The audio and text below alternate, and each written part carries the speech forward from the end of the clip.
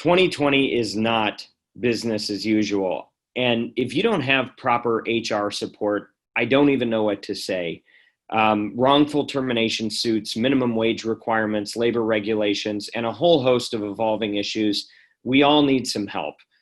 HR salaries aren't cheap, by the way. If you've looked, the average is about $70,000 a year. I want to tell you about Bambee. Bambee was created specifically for small businesses that don't have somebody full-time to work on this.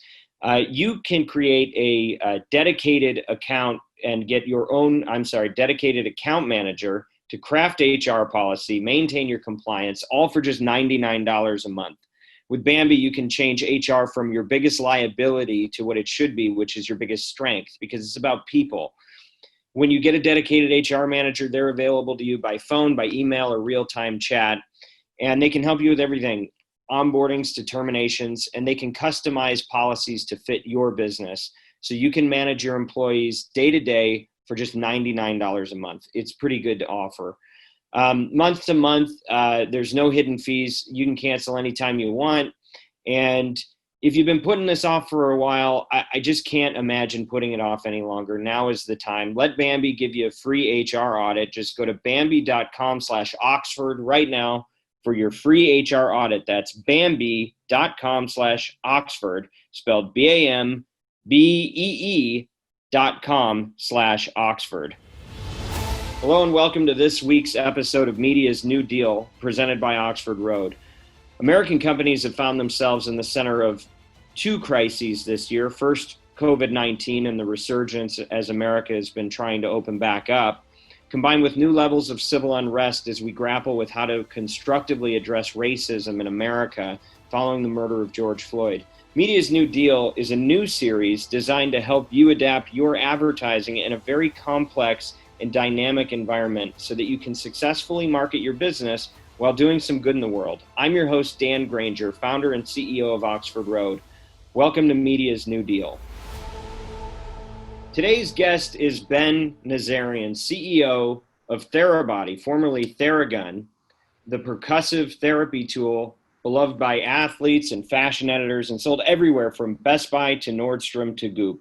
Previously, Ben was the managing director at OmniNet Capital, where he still serves on the investment committee. In 2015, Ben met his now business partner, Dr. Jason Wursland, inventor of the Theragun. Inspired by Dr. Jason's passion and dedication to the spread of life-changing effects of the Theragun, the two officially launched in 2016.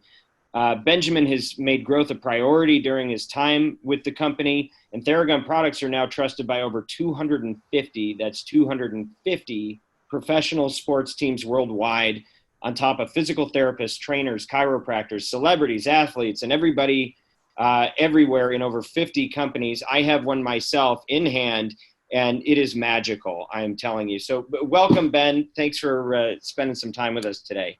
Thank you. Excited to be here. So Ben, the way I look at it is there's two kinds of people in the world, those who have a Theragun and those who want one. How did you get involved in a product that is so beloved? It's actually a great story. I've always had a passion for helping entrepreneurs build companies, whether it's by doing venture capital investing or just mentoring. Back in about 2015, I was helping entrepreneurs by investing as an angel investor and helping them think through their whole strategic plan and operating plan. And that's when I met Dr. Jason. I had a meeting in my office, and he had set up a massage table with this weird looking, ugly, loud device. Had no idea what it was or what it did. And I have a slight curvature of my spine. So a lot of times I can get severe back pain. So I've had a lot of different types of physical therapy, chiropractic work, manual muscle therapy done to me. So I'm pretty familiar with those modalities. And Jason said, well, let me just show it to you. And he put me on the massage table he had set up and starts using a Theragun on me. And he's right. There's no way they have explained what the device does. And it was a very powerful device that was hitting my body so hard very much like manual muscle therapy, where somebody sticks their elbow or thumb in your body to loosen up your muscles, but it didn't hurt. And it didn't hurt as much as that deep manual muscle therapy. So I realized right away there's something to this, never thinking that this would be a mass consumer product. This would be something that is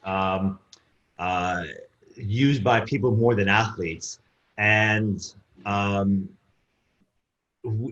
what really got me though was Jason and his authenticity and how genuine he was and how passionate he was about this and wanting to help change the world. And he knew that this device could help a lot of people, and that was his vision. So really believing in him, I was his angel investor and really more of an advisor to him, helping him develop the business plan and the strategy. And back in 2017, about a year later, we started hiring so many employees that I became full-time CEO.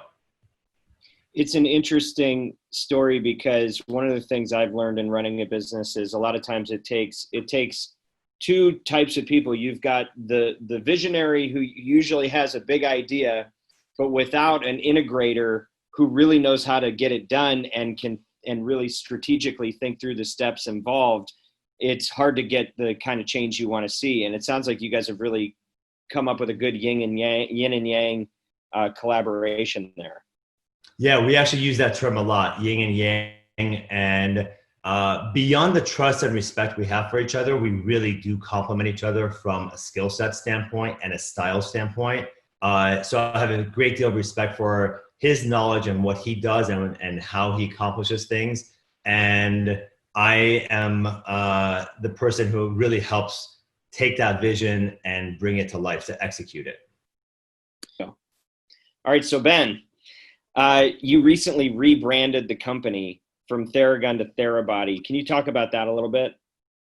Yeah, it's it's funny because when we actually started the company, Theragun was a very controversial name, and people advise us you cannot have the word gun in your company name and your product name. And from the first minute, we were always very worried about the name. But it became not just the name of the company that was so well known, but it became the entire category. Now people are calling it a massage gun category, and we've become the verb. And did you Theragun today? And they even refer to our competitors' products as a Theragun. So there's a lot of brand equity and value in it today. Yeah. But what's interesting is I think it gave people the impression that it's only for fitness and recovery.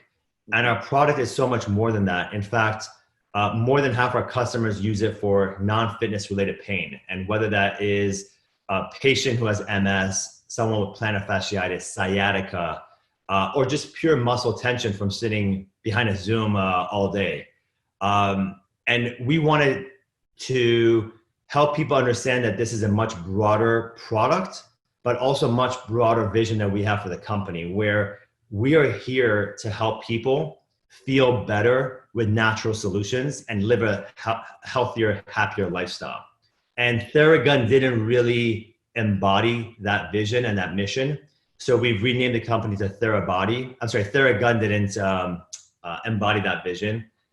So we have renamed the company to Therabody to help better explain what our vision for the company is. Well, and talk to us a little bit about some of the new products you've released as well, because I know that the kind of hero anchor product is the Theragun, but tell us what else you got going.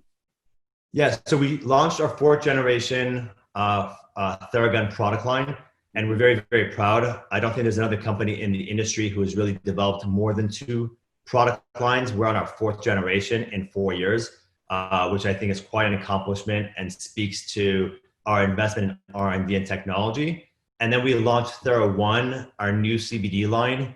And that is very complementary to Theragun in that it's another natural wellness solution for people who have muscle pain or in helping them sleep better. I mean, I have a lot of friends, they travel a lot, they take Ambien or melatonin for sleeping. Why not take a CBD, which is a natural solution to help you sleep better? And so we think we can provide natural solutions for problems that people currently are taking medication for. And that Thera1 fits into that Therabody mission that we just talked about. If you don't mind, I want to hear a little more about the CBD business. We all know that it's a growth industry on steroids right now. But how do you fit in when there's so little visibility into quality of one product versus another? It's interesting.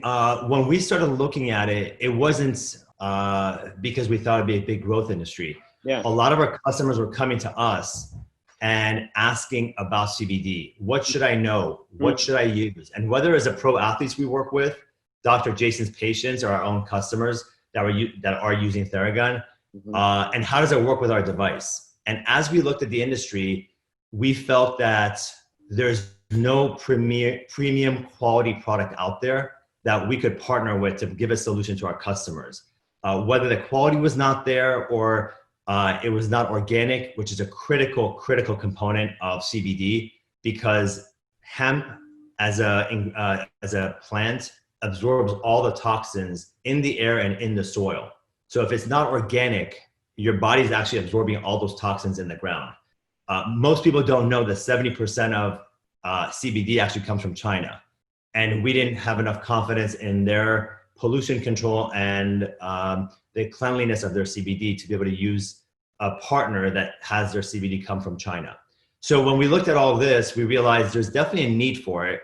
The efficacy of CBD is there, but it wasn't something that met our standards. And so we developed our own product line from scratch, and we control the entire process to come up with a high quality product.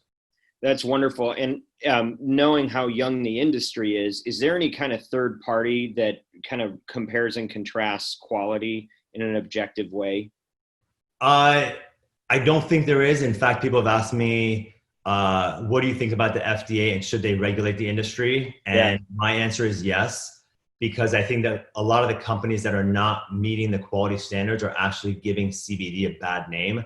And so we've raised the bar and set our own very high standards. Frankly, I prefer if the FDA adopts some of the things that we're doing, and to be the only company in the entire country that has a full product line that is USDA certified organic shows the quality of our products.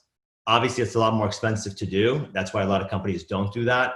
But for us, it's the health of our customer first before profits. And so we have come out with a much more expensive ingredient or process in that it's USDA organic. So that moniker, I think, shows the quality of the product, but that for us was a very critical component of what we wanted to come out with. So you've just gone through a major rebrand, and you happen to do it in the middle of the greatest pandemic that we've seen in our lifetimes. What was that like? I would say initially scary. Yeah. No one really knew what was going to happen. And I think the most important thing for us was our employees' health. And so we instituted a no visitor policy, no handshake policy back in February. And we were ready for working from home pretty early on. And obviously you have the typical concerns about what is this going to do for morale? Are people going to feel connected? And in a lot of ways, it's actually brought our company together, especially since we do have international employees. I think they had felt distance because everybody else was at headquarters in person, and they were digital virtual. Now everyone is digital virtual, and we're all on the same screen and equal. So I think it's actually created a really interesting environment in bringing the international team and further integrating them into our culture and our company. So that's been a big positive. But as a whole, obviously what's going on with the people's lives being impacted, the job losses, et cetera, has been a very negative issue for everyone around the globe. Right. Yeah, well, and I wonder, so many of us have been reinventing or reimagining our businesses and our models, and I wonder if going through a rebrand at that time is actually a better time to kind of rethink and reimagine, or if it just was one more challenge to have to sort through on top of the ones that came at all of us organically? Yeah, it was definitely a challenge. We were planning on launching in mid-March. Yeah. In fact, we were in New York the day and had a press tour the day the NBA announced their shutdown. Wow. And I think we were at a lot of the last meeting a lot of journalists had. And it's funny, we still get emails and texts from journalists saying, "You were my last meeting in New York City before the quarantine." And that's how they remember us and being their last meeting. But we ended up, once things got that bad, it was obviously a very easy decision to delay the launch, because our employee health and safety and wellness, and then our customers, our community was the most important thing. It just didn't feel right to even think about a new product when people are dealing with those issues. And so we delayed it to May 4th. Understood. Now, I know that as an organization, you've tried to be a part of helping those in need, and you've donated a lot to hospitals and frontline workers. And I think there's also been some support of Meals to Feeding America. Can you talk about some of the social good you guys have been doing? Yeah, and our company's mission is to help people feel better naturally, and we believe in helping our community. We believe Theragun and now Theragun does that in a very unique way, but it's not enough. When someone is a nurse at a hospital and dealing with a pandemic, what else can we do to help them? We donated a number of Theraguns to more than 15 hospitals across the country. And the nurses who were working 12, 14, 18 hours a day, standing all day, we knew that Theragun could help them and help with their sore muscles, tired muscles, muscle tension. But we didn't think that that was enough, because we wanted to help the people who were suffering. And so we decided to donate 100,000 meals, and that grew to be 250,000 meals. And it was just trying to do a small part in helping our community. Yeah, well, and thank you for doing that. Let's shift back to the marketing piece of this. So Theragun and Therabody is a brand that I know you take very seriously. At the same time, you're a performance marketer, right? And so how do you balance those two things? Yeah, we kind of look at them in terms of being synergistic. The two work well together. I think if you only do performance marketing, Mm-hmm. then you're pushing a product and selling a product, and that's really not sustainable. Mm-hmm. We use performance marketing obviously to drive sales, but also bring awareness and help build a brand. But there's so many other things that I think needs to happen in order to really build a brand. Otherwise, you're just a product company.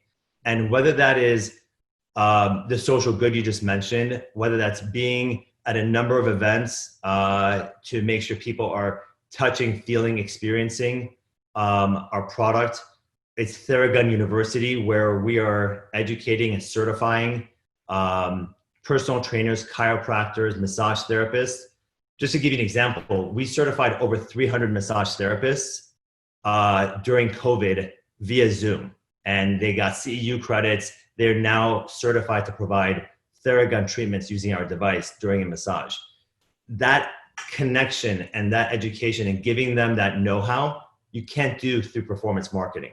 So I think it's we look at it as a synergistic ecosystem of ways of touching our customers. And performance marketing is just one part of that.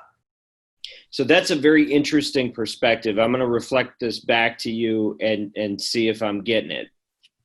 Because I think a lot of brands, they go, okay, look, we do, TV for awareness building and brand building, and then we do digital for acquisition.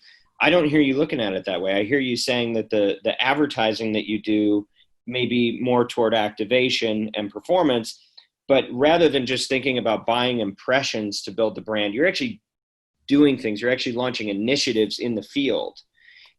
Is that what you're saying? Because that's a very unique point of view. I think we've used digital marketing, paid and through just organic social media, as a way of building the brand, conveying certain messages about our company, the benefits of the product, and then look at performance marketing as a piece of that to also drive website clicks and sales, but it's not just siloed in thinking of performance marketing to drive sales. And knowing that much of our audience is in your seat in a different organization, at least as a marketer. Okay, and I know you're overseeing the whole organization, but from a marketing standpoint, we got a lot of people that would love to learn what the drivers are for you. From an advertising standpoint, what are the channels that have really driven the growth for your business to date? Sure. I think predominantly it started with, and it's still Instagram and Facebook ads. Mm-hmm. I think we broke a lot of preconceived notions about what a $600 product. And keep in mind, when we started, our product was $5.99. Now we have a full product line that goes to $199. But every agency we talked to thought we're crazy for wanting to advertise on Instagram and Facebook and do digital marketing with an expensive product that people didn't know, they didn't understand what percussive therapy was, and they would have to really try to be able to understand the benefits of it. And so nobody thought we could do this. And I think to some degree, ignorance is bliss, because if we had believed them or had experience in pure performance marketing based on other companies, maybe we would have said this doesn't work. But we knew we had a great product, and we knew the world needed to know about it. And so we experimented and we tried and came up with ways of communicating that message through Instagram and Facebook. And every number, every metric broke the record at our agency in terms of what they had accomplished. So it was pretty cool that we went against conventional wisdom and we were able to achieve that. They like you. They really like you. So one of the things, we've had the benefit of working with a number of companies that went from startup to, household name. And usually what happens is everybody wants to approach it in a similar fashion. Hey, we're going to dip our toe in on this channel. We're going to do a test. And if we see promise, we'll scale it. And then you scale it up to the point that you see a diminishing return. And then you kind of level off and optimize, right? How many different channels do you feel like you've already gotten to reach that point on where you kind of have found the edges of it and now you're maintaining that and evolving it, but you've really maximized? I don't know if we know we're at that point with respect to Instagram and Facebook, but to your point, I think we need to make sure we are thinking about different channels, different audiences, what's the best way to reach them. So looking at podcast and radio. I love language. What's that? I said you're talking about language. Yeah. And again, we weren't sure how this would work in that medium because it's not visual. And one of the things that has been very successful for us is the visual nature of our product, because there's nothing out there. People thought of massagers, but they didn't think of massagers as something that goes so deep into the muscle. And that visual is what helped us be successful on Instagram and Facebook. Obviously, we didn't know if that would resonate now on digital platforms such as podcasts or radio. So it was about experimenting and thinking about how to communicate that message. So we're constantly looking at different avenues and figuring out what can work, but also making sure we're communicating a message that is focused and dedicated to that channel. Yeah, wonderful.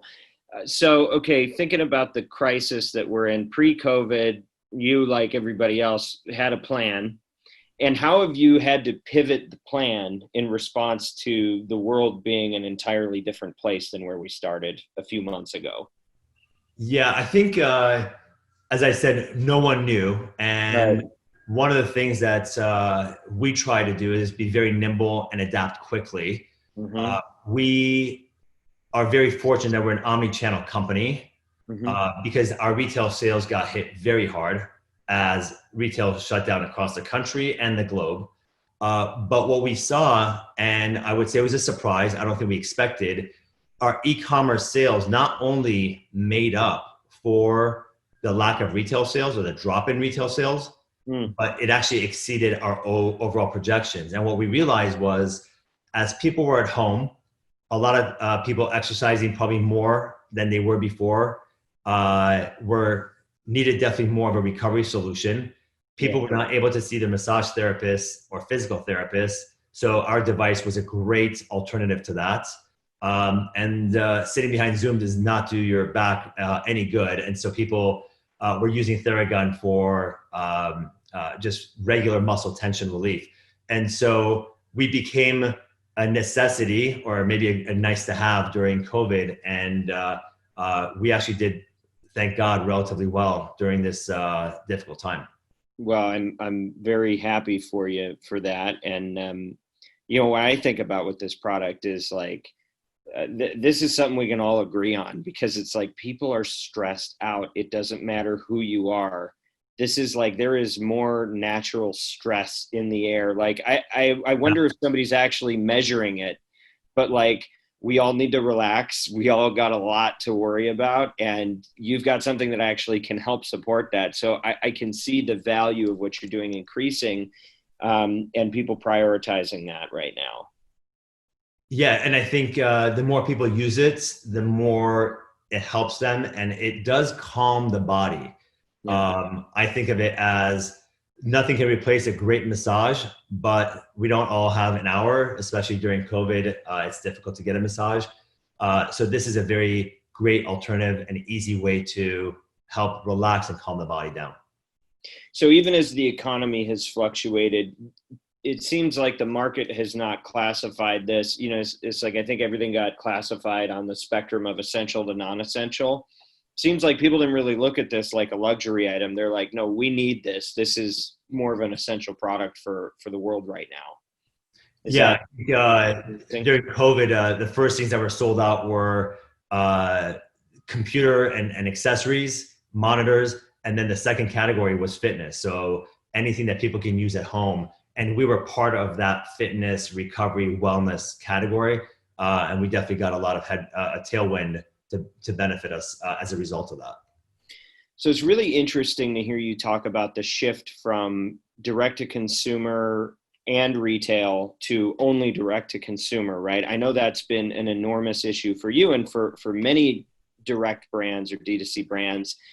What does all of this mean for the future of retail as you see it? I think I'm more optimistic than most. I don't know if COVID will get resolved in a few months or in 2021. At some point, it will get resolved. Obviously, retail was challenged beforehand, and this put a lot more pressure on retailers. But I think there's something to be said for someone having an experience and touching and feeling a device or product, whatever that may be. For us, that's even more critical. But what we're seeing is retailers are looking for a new product that will draw in shoppers, and they need something new to drive sales. How many TVs can you sell? How many mobile phones can you sell? So what we're hearing from our retailers is that they think that this is a new category. We expect this to be a great holiday gift, especially with the mini starting at $199 now. So we have every price point covered. So our retailers are actually very, very optimistic about the fourth quarter. And we have some big expansion plans for this year.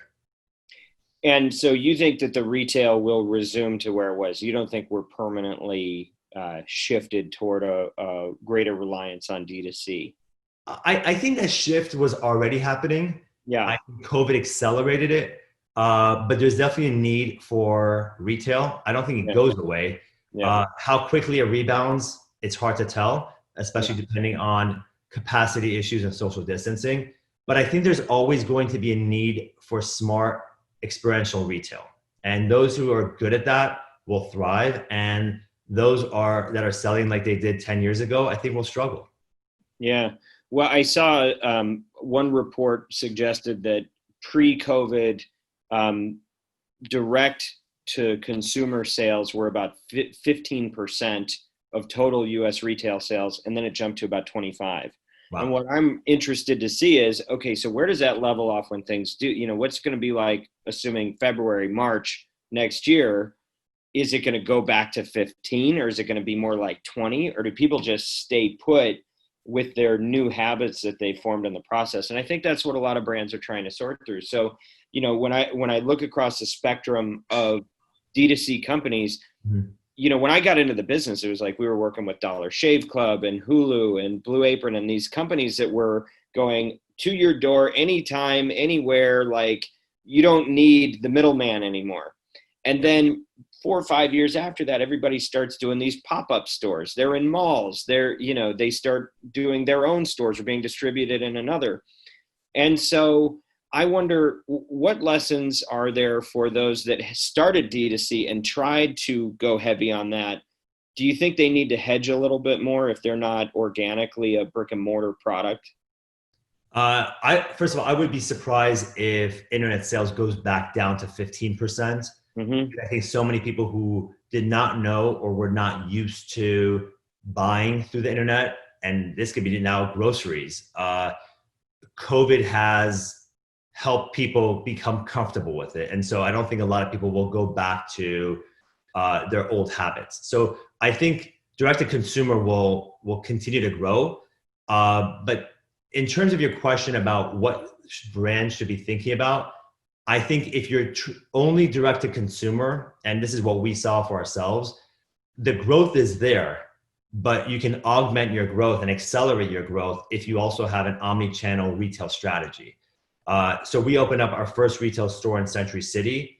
And like you, I was very concerned about retail and what does that experience look like? And is it just for more of a brand awareness play, or does it drive sales? And the numbers were very, very positive. So we realized that retail, both direct as well as through third party, should be part of our overall strategy. And COVID has not changed that. So we want to be there for our customers however they want our product. And we think that touching, feeling, and understanding our product is very important. And that can be done better through a physical experience rather than purely digital. So in a little bit, we're going to talk about some of your habits that make you successful and help you function in the type of environment that we're in right now. But just looking broadly at the business, the Therabody business, if I'm a brand right now and I'm listening to this or I'm watching this and I'm thinking, man, I wish I could get to where they're at. What are the key secrets of your success? What are the primary drivers that you think have been rewarded in the market that other people could emulate, even if they're not in your category? I would attribute our success to starting out with something that it's just a great product. People use it and immediately have that, oh my God reaction, knowing that they've never experienced anything like that. And we were lucky in that people immediately felt the benefit, as opposed to a lot of other products, whether it's a vitamin or things like that. You're taking it, using it, and not really sure if you're getting the benefit. And so having that immediate benefit really helped us.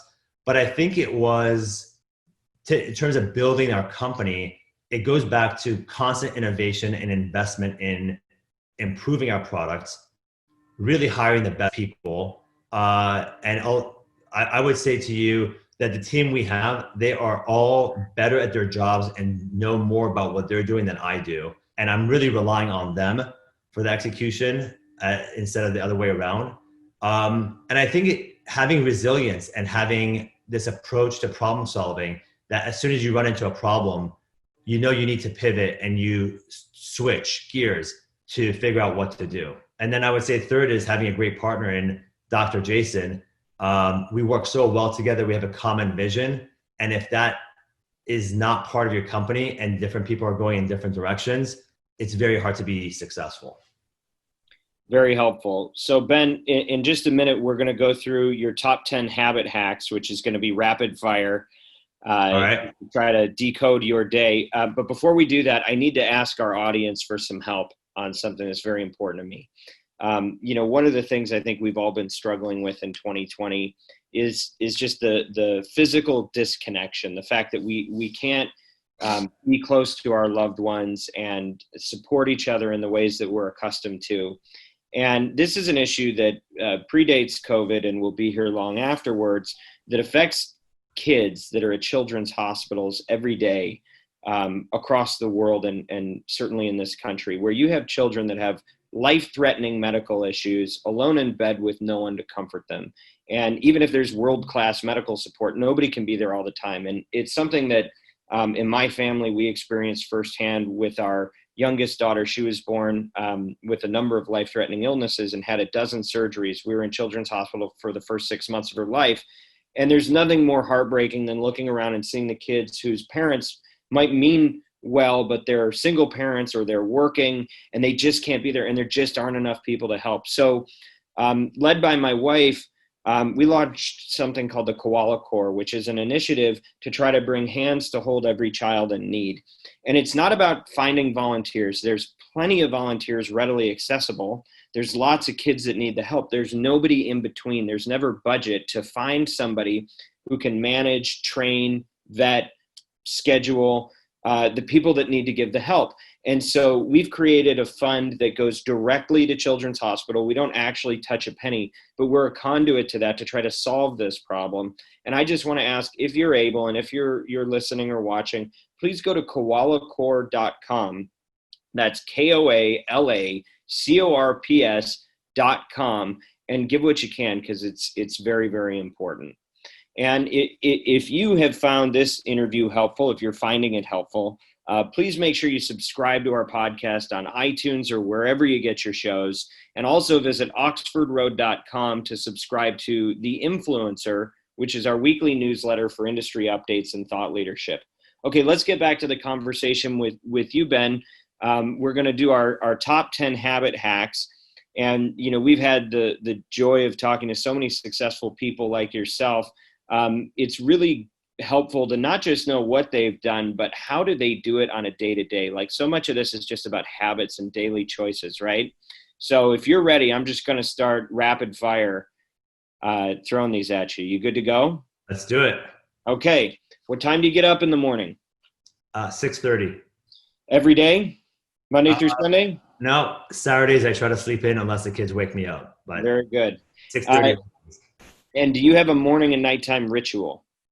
Morning ritual. It's get up, just kind of catch up on some messages that may have come in overnight. I take the Wim Hof cold shower every single morning. Do that. Yeah. Second one we've talked to, yeah. About 2 years ago, and crazy enough, it hasn't stopped. The coldest shower ever was in Austria. I think it was the snow water coming straight to the hotel room. But that really helps just get me ready for a great day. Mm-hmm. How much of your time is spent during working hours on internal meetings versus external meetings? I would say probably 75 to 80% is internal and 20% external. And how much of your time is spent in meetings versus actually doing work? Too much in meetings and not enough doing work. It seems to be that the entire day is the meetings, and then I catch up on my own stuff after work hours. And do you schedule breaks? I do, but for some reason they always get taken. So it literally seems to be back to back. And things haven't slowed down during COVID. Yeah, it's it's tough. What do you do to keep yourself sane when you've got all of these back-to-back meetings? And, you know, I feel like we're all sitting ducks now with everybody knows we haven't gone anywhere. So yeah, what do you do? I love my standing desk, and I love walking even when I'm on a call. That helps me and helps me concentrate and think.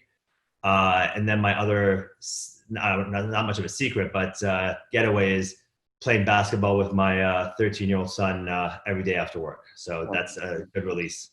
That's wonderful. And then the Theragun treatment, of course. I'm sure that helps as well. Okay, what are you streaming right now? We just finished Money Heist, all 4 seasons. That was really good. Oh, really? Where is that? What platform? It's on Netflix. It's a Spanish show with subtitles. Okay. So there was a lot of reading involved, but it was well worth it. Okay. Where do you take your news? What are the either publications or channels, or how do you get informed? I try to get actual news, not necessarily opinion pieces. That seems to be a lot of what the news is today. So I focus more on economic news. So I focus on Wall Street Journal, Market Watch, CNBC. Gotcha. And when you listen to audio, particularly podcasts, what speed do you listen at? I think it's 1.25. I don't know. I haven't checked in a while, but it's whatever one setting above normal. Yeah, I gotcha. I think that's the most common as well. Okay. What is one new habit you've introduced since work from home orders went into effect? Let's see. When COVID started, I said I'm going to kick my coffee habit. So that was the first 2 weeks of cleanse. And I set a goal to walk 5 miles a day. So the great thing about Zoom is you can actually do it while you're walking. You don't have to be physically present. So I would do a lot of my meetings while walking. And are you still off the coffee? No, that only lasted 2 weeks. The cleanse was over. Oh, you ended the cleanse and you went back to the coffee. I had some of my own issues like that. I'm with you. I'm sure a lot of people can relate to that. Okay, that was fun. That was really helpful. I appreciate that. So, let's go from that to some of the the heavier stuff. But we all I think are dealing with it in our own ways. When the video came out on George Floyd, on one hand, this had nothing to do with business, and on another hand, it had everything to do with business because it's people, it's our country, it's us, it's how we're treating unheard voices. How does this impact the business decisions that you've been making internally and externally? When the first time I saw it was when LeBron posted the video.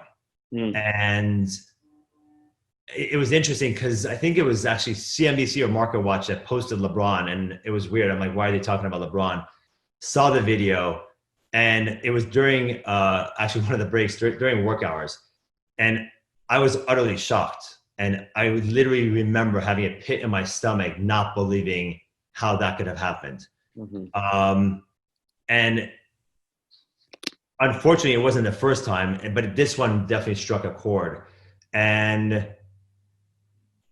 from a business standpoint, we had a lot of tough discussions because we're not a social justice cause as a company. There are great companies who are thought leaders in those areas and how to improve humanity and racism and anti-racism and social justice.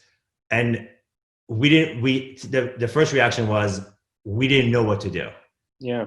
But I knew we had to do something, and we knew we had to say something, because this was not, and we don't get involved in politics, but this was not a political issue. This was a human rights issue. And it was so against what we stand for as a company, our values, and being there to help people.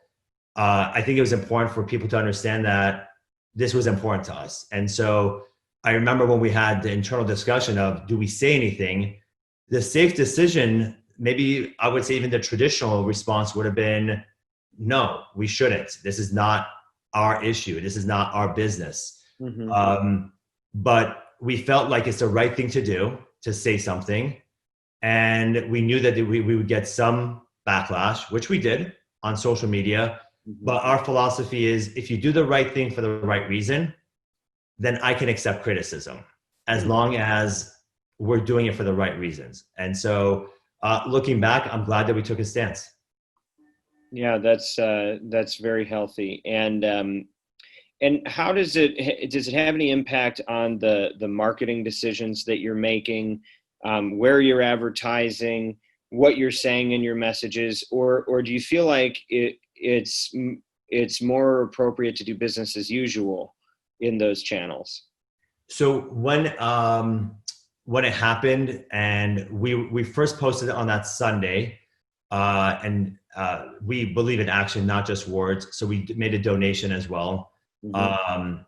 And we stopped advertising. I believe it was for about 10 to 14 days because we didn't feel like it was right. And that message about anti-racism, human rights, social injustice, it was more important that people are hearing those messages rather than about Theragun, Therabody.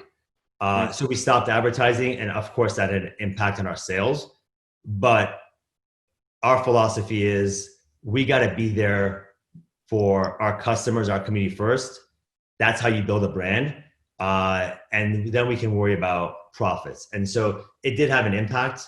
Beyond that, it hasn't really changed what we do, because as a company, we're here for everybody. So right now we're celebrating Pride Month, and that's something we had planned to do and we're still doing.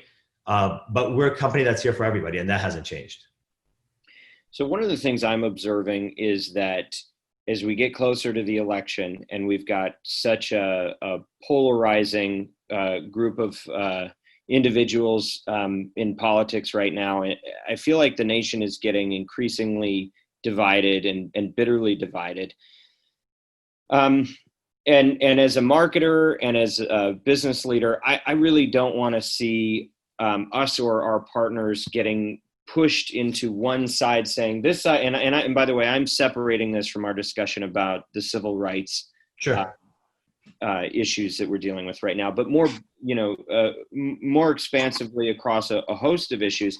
I don't personally want to see it having to be, we associate with this party, we don't associate with that party, because it just deepens the divisions. How do you think about, as a brand, communicating a message to the world? Do you need to pick a side politically, or what is the role of a brand in trying to resonate your message with a divided country? Yeah, I can't really speak to other brands or how business in general should view that topic. I can only tell you how we do it, which is we consider ourselves, our product, our mission to help everybody. And whether someone is on the left or the right, it really doesn't make a difference. We respect both opinions, both perspectives.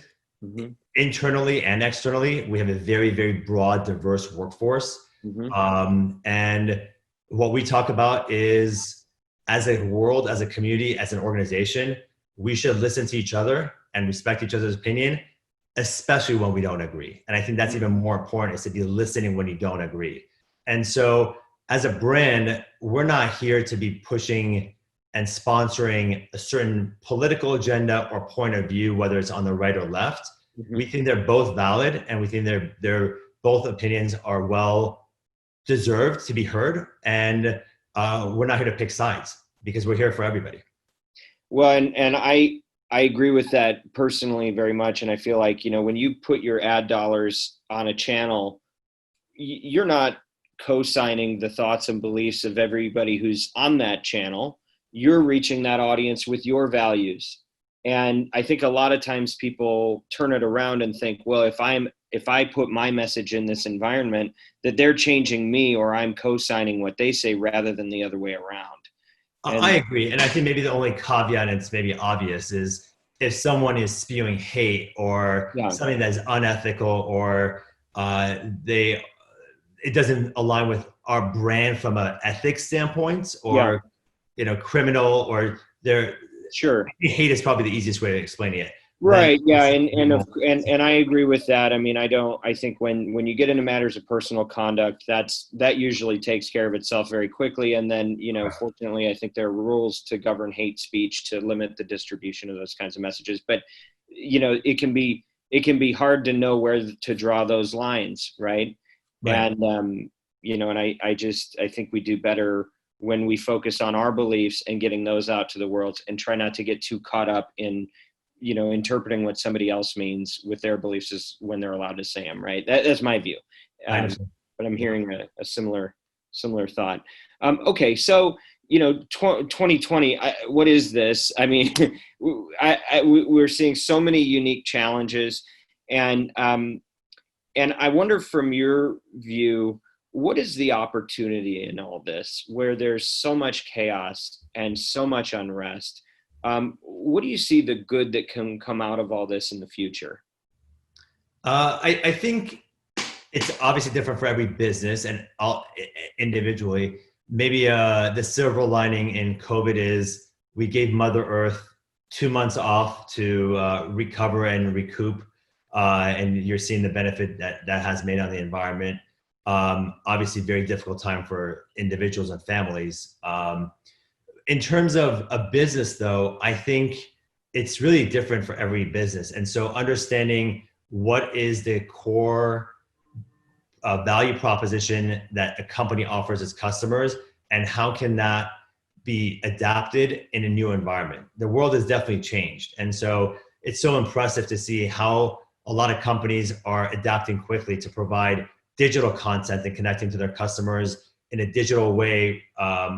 Gyms is an example where their physical presence was not accessible.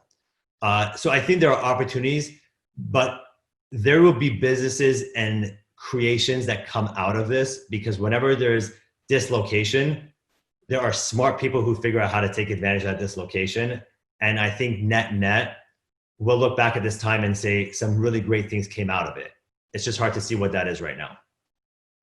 And for our final topic here, you've given us some great input on how you just live your life day to day, and you've given us some great tips on how you've seen success building this organization. But remember, there's so many marketers that want to achieve the same kind of success that you've done.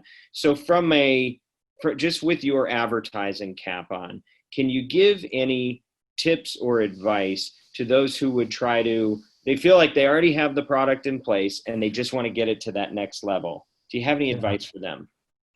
I think it's a matter of understanding who outside of the company can really speak and validate a product. And I think I'm not just talking about influencers, because that term seems to be so overused now, but we were very lucky in that what pro athletes, chiropractors, trainers, and physical therapists understood our product and were able to talk about it in a very positive way to the end consumer. And so they became part of our company and speaking on our behalf. And that really helped develop our brand, but validated our product in a new category. And so maybe my best suggestion would be to find out within each company or each industry, who is it that can validate a product externally? Because I think consumers are so smart. They look at reviews. They're not going to believe in advertising from a company because they expect the company to say it's the best thing in the world. But who else is out there that they respect that would have a meaningful impact on the consumer? Mm-hmm. So ambassadors, influencers. I mean, sometimes in some industries, it's medical professionals. That was a big part of what we did. Yeah, very, very, very helpful, and a great conversation overall. I've really enjoyed this. Me too. Thank you. Yeah, no, thank you. So for show notes, curated media news, and thought leadership, please visit oxfordroad.com. Subscribe to our weekly newsletter, The Influencer. Special thanks to not only Ben and his team, but also Bianca, Kyle, and Jennifer for helping to make this happen. Please subscribe on iTunes, Google Podcasts, Spotify, or wherever you get your shows. And if you liked it, leave us a review. And if you have any suggestions for how we can do better, email us, podcast@oxfordroad.com. Thanks for spending your time with us today. And above all else, never, never, never quit. Absolutely. Thank you.